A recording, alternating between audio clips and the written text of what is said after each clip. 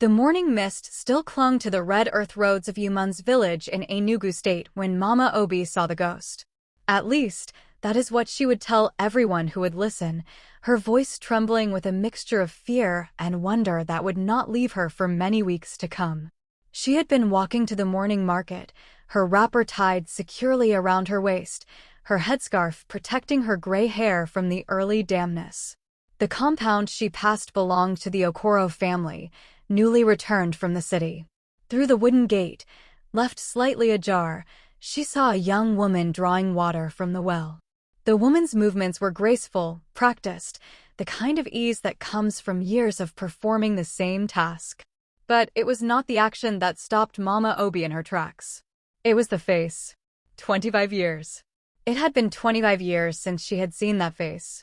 25 years since Amara Nwosu had died in childbirth, her body laid to rest beneath the irako tree at the edge of the village, her baby following her to the grave 3 days later. Mama Obi had been there. She had helped prepare the body.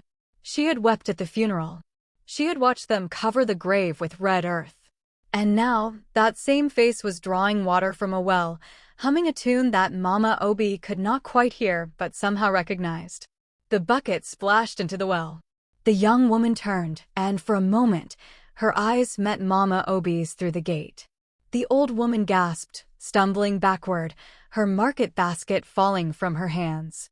The young woman smiled, a polite, curious smile, the smile of someone who wonders why a stranger is staring at them with such intensity. Then Mama Obi ran.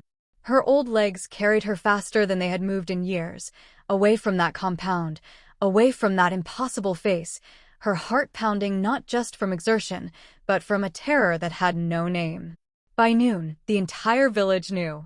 Mama Obi had gathered her courage and her closest friends, and together they had gone to investigate. The young woman's name, they learned, was Amara Okoro. She had come from Nsukka with her aunt and uncle, the Okoros, who had recently inherited the old family compound. She was 24 years old. She was a hairdresser. She was polite, well-spoken, and had the most beautiful smile. She was also the exact image of Amara Nwosu, who had died at the age of 24, 25 years ago. If you're enjoying this story, please hit that subscribe button and turn on notifications. You will not want to miss what happens next, because this mystery is only beginning to unfold. The coincidence was too perfect to be coincidence. The women of the village gathered in small groups, their voices low and urgent. Some said it was reincarnation, that the ancestors had sent Amara back for reasons only they understood. Others whispered about spirits and unfinished business. A few dismissed it entirely, insisting that some people simply look alike, that the mind plays tricks, that grief and memory can create illusions where none exist. But Mama Obi was certain. She had known Amara Nwosu since the girl was born. She had watched her grow, had celebrated her wedding, had mourned her death. This was not a resemblance. This was something else, something that made her skin prickle and her prayers more fervent. In the village of Yuman's, life continued as it always had. The market opened at dawn and closed at dusk. The farmers worked their land. The children went to school. The young people dreamed of the city, while the old people thanked their ancestors for the simple peace of village life. But now there was something new in the air, a whisper that passed from mouth to mouth, a name that brought with it both wonder and unease. Amara. She worked at a small salon near the market, a modest establishment run by a woman named Sister Gloria who had trained in Port Harcourt before returning home. Amara's hands were skilled, her conversation pleasant. She braided hair with the kind of precision that came from natural talent combined with practice. Women began to request her specifically, drawn not just by her skill but by the strange fascination that surrounded her. She seemed unaware of the attention. Or perhaps she was simply too kind to acknowledge it. She smiled at everyone, greeted the elders with proper respect, helped Sister Gloria clean the salon at the end of each day. She attended the Catholic Church on Sundays, her voice clear and true during the hymns. She was, by all accounts, a normal young woman living a normal life. But nothing about her presence in Yuman's was normal. Chinita Nwosu had not set foot in the village market for 15 years. After his wife's death, he had buried himself in work, moving to Enugu City where he could lose himself in the anonymity of urban life. He worked as an accountant for a construction company, lived in a modest flat, and avoided anything that reminded him of the life he had lost. He rarely spoke of Amara. His friends knew better than to mention her name. The wound had never healed. It had simply scarred over, thick and numb. But his mother was getting old, and she had asked him to come home to help settle some family matters regarding land. Duty is duty, and so Chinita had returned to Umans on a Saturday afternoon, his small car kicking up dust on the red roads he had once known by heart. He was walking past the market, his mind occupied with thoughts of property documents and family negotiations, when he saw her. She was carrying a small bag, walking with a friend, laughing at something that had just been said. The sound of her laughter hit him like a physical blow. He stopped walking. His breath caught in his throat. The world seemed to tilt on its axis. It was impossible. She was younger than Amara had been when she died, but the resemblance was so complete, so absolute, that his mind could not process it as mere similarity. The shape of her face, the way she moved, the exact angle of her smile when she laughed. Even the way she tucked her hair behind her ear was the same. Chinita stood frozen in the middle of the road, staring, unable to move, unable to think. A motorcycle honked at him, and he stumbled to the side, but his eyes never left her. She had not noticed him. She and her friend turned down a side path, their voices fading, and then she was gone. For several minutes, Chinita simply stood there, his heart racing, his hands shaking. People passed him, some greeting him, recognizing the Nwosu son who had left so long ago. He barely heard them. His mind was screaming impossible, impossible, impossible, but his heart was saying something else entirely. He found out her name within an hour. In a village, there are no secrets for long. He asked carefully, casually, trying to hide the desperation in his voice. The woman at the provisions store told him about the Okoro's niece from Nsukka, the beautiful young hairdresser everyone was talking about.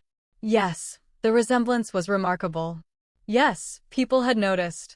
No, no one knew what it meant. Make sure you like this video and share it with someone who loves mysterious stories, because what Chinita does next will change everything. That night, Chinita could not sleep. He lay in his childhood room in his mother's house, staring at the ceiling, his mind replaying that moment over and over. The way she had laughed. The way she had moved. It was Amara. But it could not be Amara. Amara was dead. He had held her hand as she died. He had buried her. He had spent 25 years living with the hole her death had left in his soul. And yet, the next morning, he went to church. He had not been to church since the funeral. He sat in the back, his eyes scanning the congregation, and there she was, 3 rows ahead, singing hymns in a voice that made his chest ache. After the service, he watched her from a distance as she chatted with other young women, her smile bright, her manner easy. She belonged here. She was real. She was alive. He went home and tried to convince himself to leave, to return to Enugu City and forget what he had seen. But he could not. The next day, he found himself near the salon, pretending to have business in that part of the village. He saw her through the window, braiding a woman's hair, her fingers moving with practiced efficiency. The day after that, he was there again. And the day after that. He knew he was being foolish. He knew people would talk. But he could not stop himself. It was as if a force beyond his control was drawing him to her, a gravitational pull he was powerless to resist. Amara Okoro noticed him on the 4th day. How could she not? The same man, middle-aged and well-dressed, standing across the road from the salon, watching.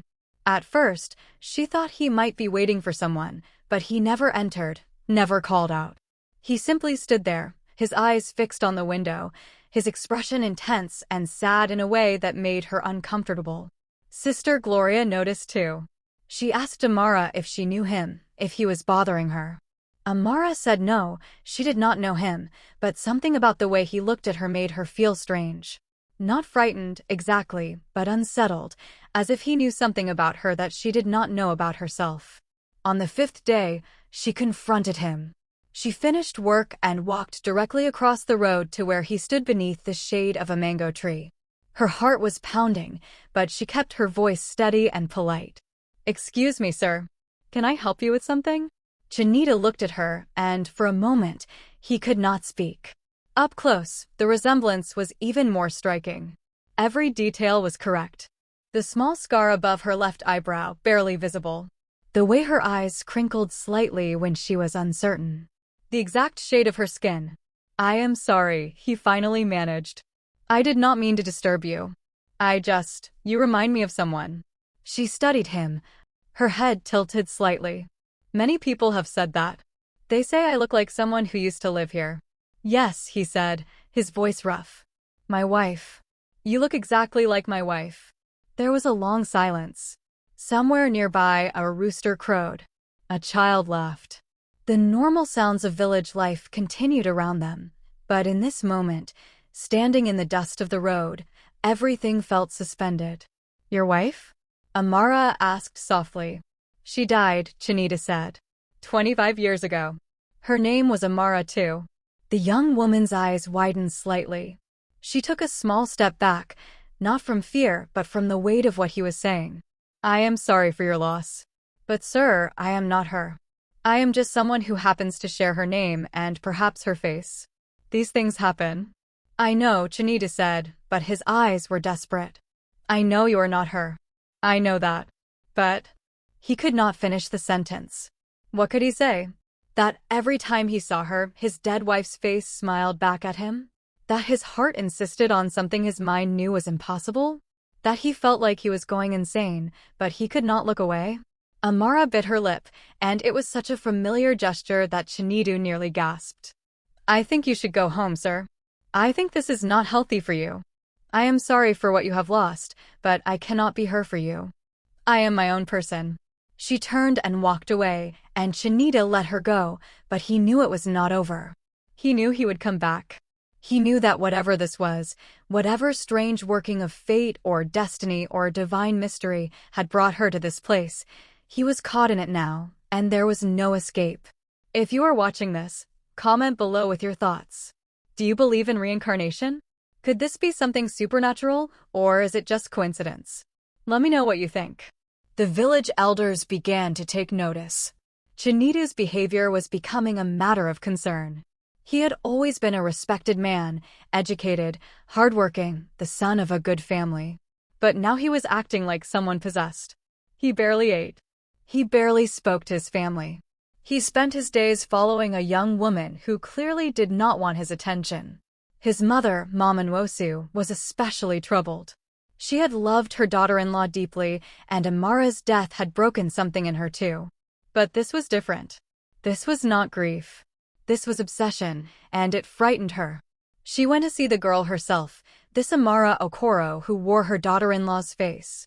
She found her at the salon, and they spoke in the back room while Sister Gloria kept watch at the door. Mama Nwosu looked at the young woman and felt her breath catch. It was like looking at a photograph come to life, a memory made flesh.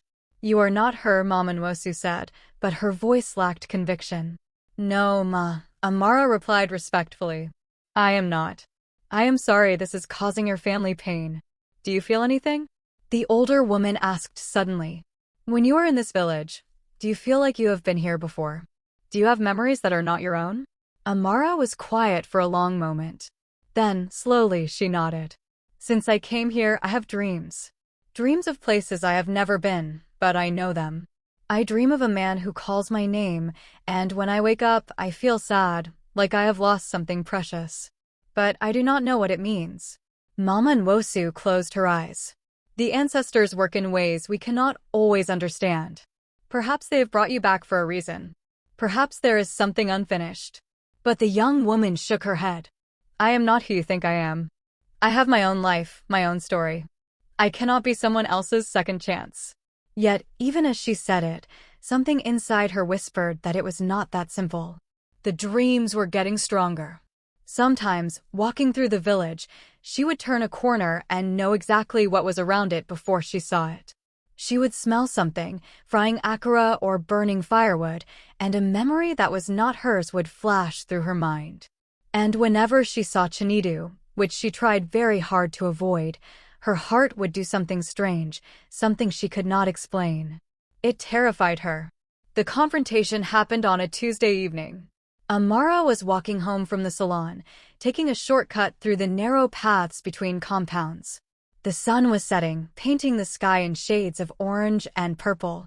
She was thinking about supper, about the new client she had tomorrow, about anything except the strange situation that had taken over her life. Chinidu stepped out from behind a compound wall, directly into her path. She gasped, stumbling backward, her hand flying to her chest. "Please," he said, his hands raised in a gesture of peace. "Please, just listen to me for 1 minute. That is all I ask." "You are frightening me," she said, but she did not run. Something kept her there, some invisible thread she could not break. "I am not trying to," he said desperately. "I just need to understand. I need to know if you feel it too." "Feel what?" "This." He gestured between them, helpless to explain. "This connection. This impossible thing. I look at you and I know you. Not just your face, but you. The way you think, the way you move. I know that you hate the smell of coconut oil, but you use it anyway because your mother told you it was good for your hair. I know that you hum when you are concentrating, always the same tune, something your grandmother taught you. I know that you are afraid of thunder, but you would never admit it. How do I know these things?" Amara stared at him, and her face had gone pale. "Stop it. You dream of me, don't you?" He pressed on, taking a step closer. "You dream of this village, of places you have never been but somehow know. You wake up feeling like you have lost something, but you do not know what. Tell me I am wrong. Please, tell me I am making this up." She opened her mouth to deny it, but the words would not come. Tears spilled down her cheeks, and she did not know why she was crying. "I do not understand what is happening to me." "Neither do I," Chinidu said, his own voice breaking. "But I know that the day you came to this village, my heart started beating again for the first time in 25 years. I know that when I see you, I feel like I have been given a gift I do not deserve. And I know that this is either the cruelest trick fate has ever played, or it is a miracle. But I need to know which." He reached out slowly, giving her time to pull away. His fingers touched hers, and the moment they made contact, something happened. A flash of memory, vivid and overwhelming, crashed over both of them. A wedding day, young faces full of hope. A small house, laughter in the kitchen. A hand on a swollen belly, joy mixed with nervousness. Pain, terrible pain, darkness closing in, a whispered promise, "I will find you again." Amara jerked her hand back, gasping. Chinidu stumbled, his face shocked. They stared at each other, both shaking, both terrified by what had just passed between them. "What was that?" she whispered. "I do not know," he said.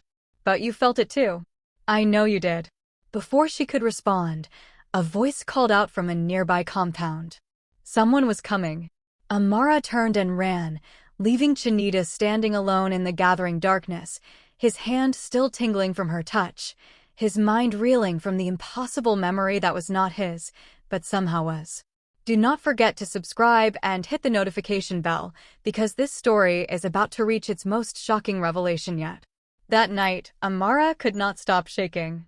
She sat in her aunt's compound, wrapped in a blanket despite the warm night, and told her aunt everything. Aunt Neka listened quietly, her face grave. When Amara finished, her aunt was silent for a long time. "There are things in this world we do not understand," Neka finally said. "The Igbo people have always known that life and death are not as separate as the modern world likes to believe.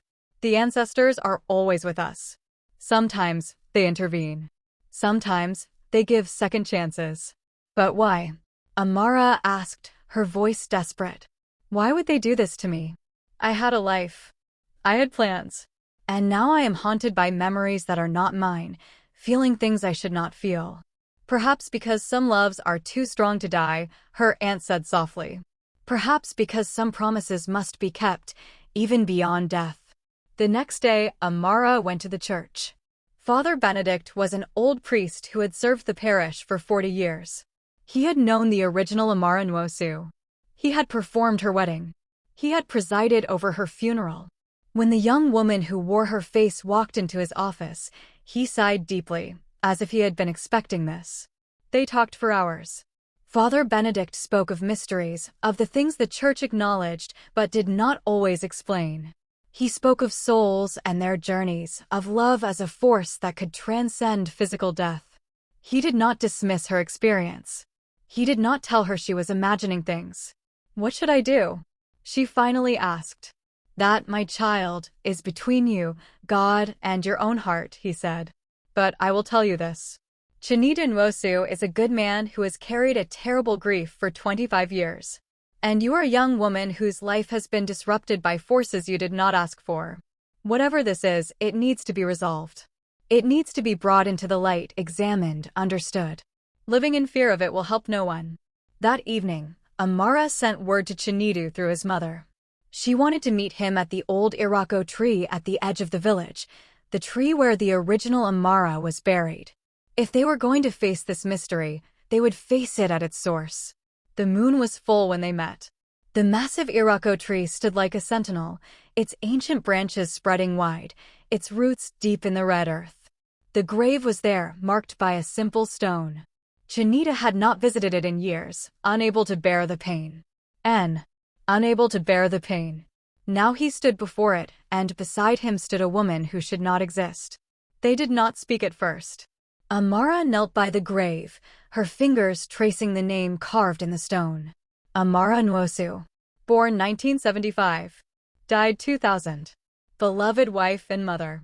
She felt a strange ache in her chest, a grief that was not hers, but felt real nonetheless. "She promised you, didn't she?" Amara said softly, looking up at Chinedu. "Before she died, she promised she would come back." Chinedu nodded, tears streaming down his face. "I told her not to say such things. I told her to save her strength. But she held my hand and said, 'I will find you again. I will love you again. Even if I do not remember, my soul will know you.' And here I am," Amara whispered. "But I do not know if I am her, or if I am just someone she sent, or if this is all some cosmic accident that we are trying to make sense of. Does it matter?" Chinedu asked, dropping to his knees beside her. "You are here. I am here. And when we touch, we remember. That has to mean something." Amara turned to face him fully, and in the moonlight, she looked ethereal, caught between two worlds. "I am afraid. I am afraid of losing myself. I am afraid of being consumed by someone else's story. I am my own person, Chinedu. I have my own dreams, my own life to live." "I know," he said gently. "And I would never ask you to give that up. But maybe this is not about being someone else. Maybe this is about understanding that love does not end, that connections run deeper than one lifetime, that souls can find each other again even when everything else changes." He reached out, slowly, and this time when their hands touched, the memories came gentler. A young couple planting a garden. Evenings sitting together, planning a future. Small moments of joy, the building blocks of love. And underneath it all, a promise, a vow that had outlasted death itself. "I remember you," Amara said, wonder in her voice. "Not as her, but as me. Somewhere deep inside, I remember choosing you, promising you. I remember deciding that one lifetime was not enough. Then let this be the second lifetime," Chinedu said. "Not a replacement, not a repetition, but a continuation. You are not my first wife returned. You are something new, something the universe has given us that defies all logic. And I will spend whatever time we have being grateful for it." Under the Irako tree, beside the grave of the woman who had been, the woman who was knelt with the man who had loved her twice. They did not have all the answers. They did not understand the full mystery of what had brought them together. But in that moment, under the full moon, they understood enough. Some loves are too strong to die. Some promises transcend death itself. And sometimes, if we are very lucky, we get a second chance at something precious we thought was lost forever. The story of Amara and Chinedu spread through the village like wildfire, as such stories do. Some people said it was a miracle. Others said it was the work of the ancestors, a sign that the old ways still had power in the modern world. A few dismissed it as coincidence and imagination, but their voices grew quieter as time passed. Because there were too many things that could not be explained. Too many small details that the young Amara knew without being told. Too many moments when she would say something, some small observation or memory, and Chinedu would freeze because it was exactly what his first wife used to say. Too many times when they would move in perfect synchronization, as if their bodies remembered a dance their minds did not. Father Benedict performed a blessing at the Irako tree, acknowledging the mystery without trying to explain it. Mama Nwosu, after much prayer and thought, gave her approval, saying that if the ancestors had brought this woman to her son, who was she to stand in the way? The village elders, always practical, decided that there were stranger things in heaven and earth than their philosophy could account for, and perhaps this was simply one of them. Hit that like button if this story is giving you chills, and share it with someone who needs to hear about love that never dies. Amara and Chinedu did not rush. They courted properly, slowly, learning each other not as echoes of the past, but as people in the present. He learned that while this Amara looked like his first wife, she had her own opinions, her own dreams, her own way of seeing the world.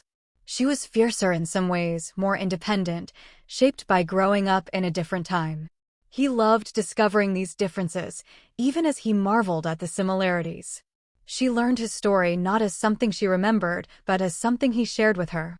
The pain he had carried, the years of loneliness, the way he had closed himself off from life after losing her. She saw his strength and his vulnerability, and she loved him not because some cosmic force compelled her, but because he was a good man who deserved happiness. 6 months passed. Then a year. The village grew accustomed to seeing them together, walking hand in hand through the market, attending church side by side, building something new from the fragments of something old. They planted a garden together at the compound Chinedu had inherited, and when the first vegetables sprouted, Amara laughed with delight and Chinedu remembered another garden, another lifetime, but he did not say anything. Some memories were meant to be private. The dreams eventually faded for Amara. Or perhaps they simply became part of her, integrated so thoroughly that she could no longer tell where the borrowed memories ended and her own experiences began. She stopped being afraid of losing herself. She realized that she was not being consumed by someone else's identity. She was simply a soul that had loved deeply enough to come back, to keep a promise made at the edge of death. On the anniversary of the day they first met, Chinedu took Amara back to the Irako tree. The grave was well tended now, fresh flowers always placed there by the family. He knelt beside it, and Amara knelt beside him, their shoulders touching. "Thank you," he whispered to the earth, to the spirit, to whatever mystery had made this possible. "Thank you for keeping your promise. Thank you for coming back." And Amara, who was and was not the woman buried beneath that earth, added her own prayer. "Thank you for waiting. Thank you for recognizing me when I did not recognize myself. Thank you for loving me twice." They were married the following dry season, when the harmattan winds blew cool and the sky was endlessly blue. The entire village attended. Mama Nwosu cried through the entire ceremony, tears of grief and joy so mingled that they were indistinguishable from each other. Mama Obi, who had first seen the ghost, proclaimed it the most beautiful wedding she had ever witnessed, proof that the ancestors were real and still moved in the lives of their children. Father Benedict performed the ceremony under the same church roof where the first Amara had been married 26 years earlier. As he blessed the union, he spoke not just to the couple before him, but to everyone gathered. He spoke of mysteries that defied explanation, of love that transcended understanding, of faith not just in God, but in the possibility of impossible things. We live in a world that tries to explain everything, to categorize everything, to make everything fit into neat boxes of logic and reason, he said. But there are some things that cannot be explained. There are some things that must simply be accepted as gifts, as grace, as evidence that the universe is far stranger and more wonderful than we imagine. Make sure to comment below what you think of this ending, and do not forget to like and subscribe for more stories that will touch your heart and challenge everything you think you know. Amara moved into the house that Chinedu had built in the city, but they spent many weekends in the village, in the compound that now belonged to both of them. She continued her work as a hairdresser, opening her own salon in Enugu with Chinedu's support. He returned to his accounting work, but he was different now. The heaviness that had weighed on him for so long had lifted. He smiled more. He laughed more. He was alive again in ways that went beyond mere breathing. They did not speak often about the mystery of how she had come to be. It was there, always, a foundation beneath their lives, but it did not define them. They were simply a couple building a life together, facing the ordinary challenges that all couples face. They argued about money and housework. They learned each other's annoying habits. They supported each other through difficult days and celebrated together during good ones. But sometimes, late at night when the city was quiet, Amara would wake from a dream and find Chinedu awake beside her, and they would look at each other in the darkness and know that they were living inside a miracle. That something impossible had happened, and they were the beneficiaries of it. That whatever the explanation, whether reincarnation or divine intervention or some other mystery entirely, they had been given a gift that most people only dreamed of. A second chance. A love that had survived death itself. A promise kept across the boundary between life and whatever comes after. 2 years after their marriage, Amara became pregnant. The news filled Chinedu with both joy and terror. He remembered the last time, the hope that had turned to tragedy, the loss that had defined his life. But Amara was not afraid. She felt, with a certainty she could not explain, that this time would be different. This time, the story would have a different ending. If you have made it this far in the story, show some love by clicking that subscribe button and turning on notifications. You are part of our community now, and I have so many more incredible stories to share. With you. The pregnancy was healthy and uneventful. Amara worked at her salon until the 8th month, then finally agreed to rest, spending her days at the village compound where Mama Nwosu fussed over her with the dedicated attention of a woman who had been denied grandchildren for far too long. The village women visited constantly, bringing gifts and advice, arguing good-naturedly about names and traditional practices, and whether the baby would be a boy or girl. Amara felt at peace in a way she had never experienced before. It was as if all the pieces of her life, the parts she understood and the parts she did not, had finally come together into something complete. She would sit under the irako tree, her hand on her swollen belly, and talk to the child growing inside her. She told the baby about love and promises, about mysteries and miracles, about the importance of holding on to people you love, because life is fragile and precious, and sometimes inexplicable. When the labor began, Chinedu was terrified. All his old nightmares came rushing back, the memory of that terrible day 27 years ago when he had lost everything. He paced outside the delivery room in the Enugu hospital, his mother beside him, both of them silent with fear and prayer. But this time, the ending was different. This time, the cry of a newborn filled the air, healthy and strong and full of life. This time, when Chinedu was allowed into the room, he found Amara tired but smiling, cradling a tiny baby girl with a full head of black hair and eyes that seemed to take in everything. "She is perfect," Amara whispered, tears streaming down her face. "She is absolutely perfect." Chinedu held his wife and daughter, his arms around both of them, and he wept. He wept for the loss he had carried for so long. He wept for the miracle that had brought Amara back to him. He wept for this new life, this fresh start, this evidence that sometimes pain and loss are not the end of the story, but only a chapter in something larger. They named her Chinaza, which means God answers, because her very existence was an answer to a prayer Chinedu had been too afraid to voice. An answer to a promise made at the edge of death. An answer to the question of whether love could survive beyond the grave. The christening was held in the village church, the same church where both Amaras had been married, where the first Amara had been eulogized, where the mystery had begun. The entire village attended. 3 generations gathered to witness this completion of a circle that had taken 27 years to close. Father Benedict, older now but still sharp-eyed and wise, held the baby, and spoke words of blessing. But before the formal ceremony, he addressed the congregation, his voice carrying to every corner of the crowded church. I have served this parish for 43 years. I have witnessed births and deaths, joys and sorrows, the ordinary rhythms of life in all their beauty and pain. But what I have witnessed with this family defies all my categories, all my neat explanations. It has challenged my understanding and deepened my faith in ways I could not have anticipated. He looked down at the baby in his arms, then at Amara and Chinedu standing before him. Some might call this reincarnation. Others might speak of ancestral intervention or divine miracle. I do not know which term is correct, or if any of them are.